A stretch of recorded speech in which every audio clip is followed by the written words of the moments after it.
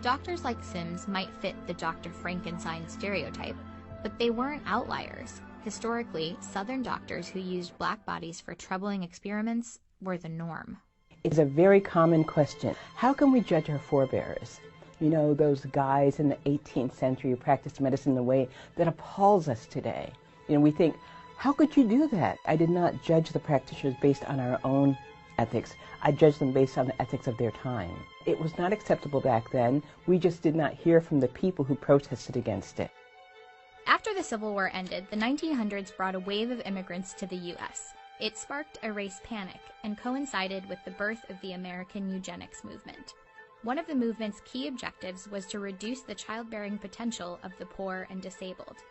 Leaders included birth control pioneer and Planned Parenthood founder Margaret Sanger, who eventually devised the controversial Negro Project, or family planning centers that pushed birth control in the Black South.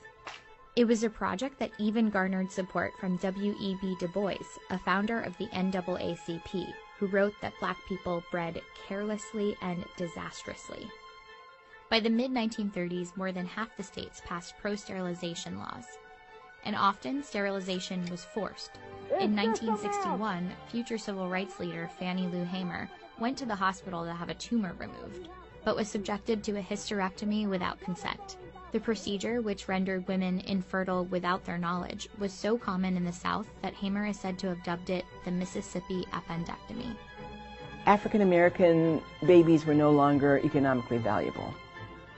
And African Americans themselves had gone from being a resource to a nuisance. In June of 1973, the SPLC uncovered 100 to 150,000 cases of women who had been sterilized with federal funds in Alabama. Half the women were black. In recent decades, women of color continue to be exposed to dubious reproductive health programs.